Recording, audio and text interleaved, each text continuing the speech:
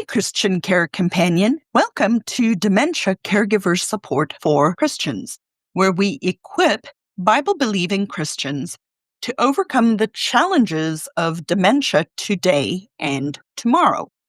If you are a Christian care companion who is a spouse or a child or a family member of a person living with dementia and want practical caregiving solutions and Christian support, this podcast is for you.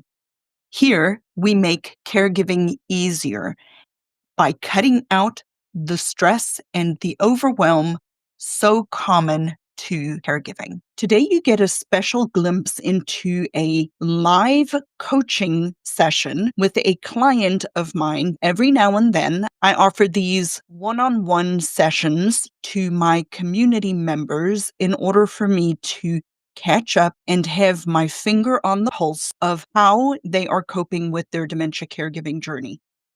And now to the next episode. Miss Jodi, you get the same questions, young lady. Let's set a goal for today. Let's say it's about 6 months from now and caregiving is become easier. What does that look like for you? I know you're just kind of right at the start of trying to figure some stuff out, but what would make things easier for you? And then what do you think is the biggest thing holding you back? Those two questions. I think actually it's on me because I'm the one that seems to be having a problem right now. And I need prayers for patience. And because I'm just so much at the beginning that I'm not being able to control myself. I'm losing patience. And I guess I just want answers. And, it's going to take time to come. So I think if it's easier for me 6 months out, it's because I've settled down and because it's okay. It's okay. Because I think sometimes right now I'm making it worse because I don't have the patience I need to have. And I don't know what else to say. Okay. Right. Well, why don't we start with that? That I don't want you to think that you're the problem, okay? Not for a second. Because from what you said right at the beginning, before we came into this section, is that you really, correct me if I'm wrong, you guys do not have a diagnosis yet. No. You have a suspicion. Mm-hmm. You don't have a diagnosis. So you're right at that in-between stage of the scientific part of your body, your gut, is telling you something is wrong.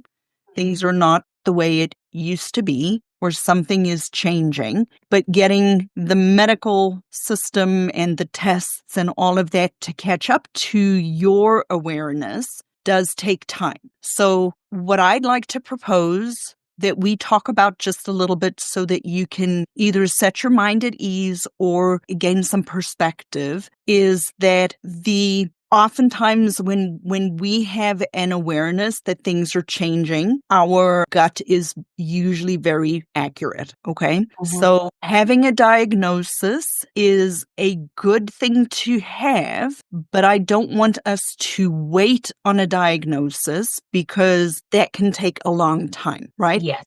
I had a woman join one of my communities and she actually lives local to me. So we sat down and had a cup of coffee and she actually told me, she's like, I don't have a diagnosis. And based on what she was telling me, I'm like, there's definitely something wrong. And from that point of time until we got a diagnosis was almost a year. Like she knew something was wrong. She knew that things were changing, but the wheel to get the diagnosis can take some time. Now, having said that, what you mentioned earlier is that your husband had an MRI and we've got a PET scan scheduled. So you're already in that process. So tell me a little bit why you feel or think that you're the one having the problem. Because I could be more gentle. I could be more kind. And what is surprising to me is how quickly the state of mind can change because it will be so nice. And he thanks me for helping him with some things recently. And he thanks me for, he says, I don't know what I would do without you. And, God bless me so much. And then it won't be very long until it turns around and he's upset with me. And he says things that, are not so kind. And I feel like sometimes, more often, I need to just say, "Oh, really? Okay." Instead of trying, I know we're not supposed to correct and we're not supposed to, remind or I don't know. But anyway. So I find it really interesting. This was very helpful. Thank you, Miss Jodi, because what you're describing about, it sounds like things are fairly okay. And then all of a sudden something changes, Mhm, right? And so you said he's thanking you. And then a short little period later, he's upset about something, mhm, right? Okay. mm, So what I'd like to take just a moment to teach you just for a couple of minutes okay. things that I want you to pay attention. I'm going to give you a framework. I call it the Dementia Peace Framework, PEACE. All right. It's an acronym that stands for person who we suspect has dementia, right? Mhm, The environment that we are in at that moment, activity level or meaningful engagement, just kind of what's been happening throughout the day, and then care companion contribution. In other words, the best way to describe it is like checking my own emotions. Okay. So PEAC, and the mhm, E stands for we're going to evaluate. Okay. So I'm just going to make up a scenario based on what you told me about, you're having a conversation or things seem like they're pretty even keel. And then something seems to happen and he gets upset, right? I'll use a client of mine as an example just because I know her and I know that this has actually happened. She has the beginning stages of dementia and she's very functional. She can walk, she's very, very functional, can still do very high level things, doesn't drive anymore, doesn't do her own medication, but she's extremely mobile and functional. But when they've got a large family, when things are really super busy day, lots of kids, lots of activities that she's running after the kids, everything is fine. Everybody goes home. And 2 hours later, she blows up at her husband. Okay. So mhm. when you look at that, what's going on with her. It's 9 or 10 o'clock at night. She is tired. Or, is the person hungry? Are they in pain and hurting and they're not able to tell you what's going on? Or they frustrated because they can't find the word. What's going on with the person? The second thing is what's going on in the environment. You and I can be sitting here. I've got a train track outside my window. I can be having the conversation. The train can be going by and I can switch it off.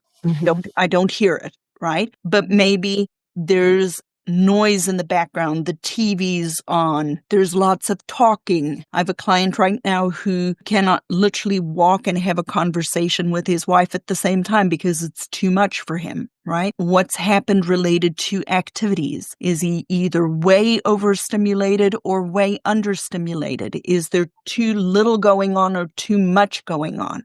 Right? And then what's going on with the person who's with them? Are you tired? Are you stressed? Are you overwhelmed? Are you frustrated? Because one thing we do know to be very true is that as these things start to change, the person starts to lose the ability to control their emotional regulation, and they'll take on your energy. So Oh, if okay. you are frustrated or tired, and I'm not saying you are, but if the person around them, like with me, with my dad, if I walk in and I'm angry, he's angry. So if I'm tired and down, he's tired and down. Whatever emotions you might be feeling, if you can check your emotions because he may be responding to you and run everything that happens. So when you have one of these little situations occur, right? I want you to stop and just take a step back and make yourself like a fly on the wall,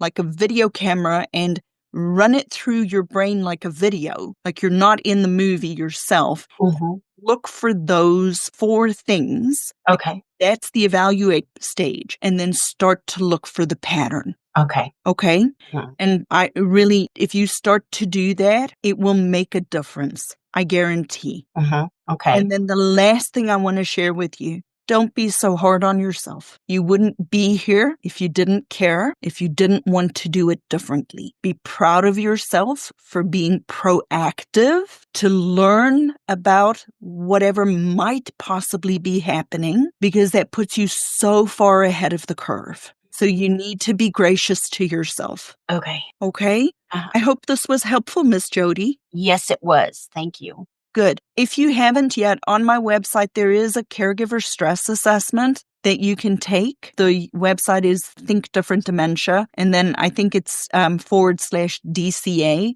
But you can just go to the website. There is a link on the website for a stress assessment. Okay. If you take that, that'll give you a good idea of kind of where you are right now. It's like taking your pulse. Okay? Mhm. All Let right. me ask one question. I Yes, don't ma'am. know why, but I didn't put the last E. What was the last E? That's evaluate. Evaluate.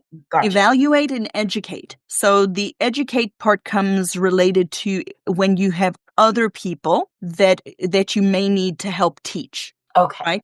But for you, it would mostly be you evaluate it. You run through those 4 things: person, environment, activities, care companion, and then the E is evaluate. And so make yourself be like a fly on the wall, or think about yourself in a movie. You're watching the situation. You're outside of the situation. So watch the situation from the outside. We all have that ability to, run through something like a movie in our head.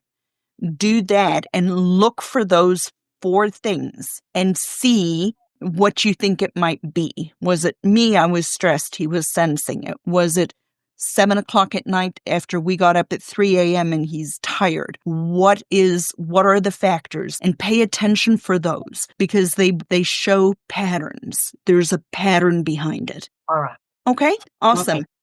People who are really benefiting from the community are the people who joined earlier on before they need it, and that have been active and are participating in the community, because then they already know what questions to ask and they have a place to come, and they're not constantly wondering, what do I need to do? How do I need to do it? So people listening are interested in tapping into or learning about the community. I'd invite you to just go to the website, thinkdifferentdementia.com.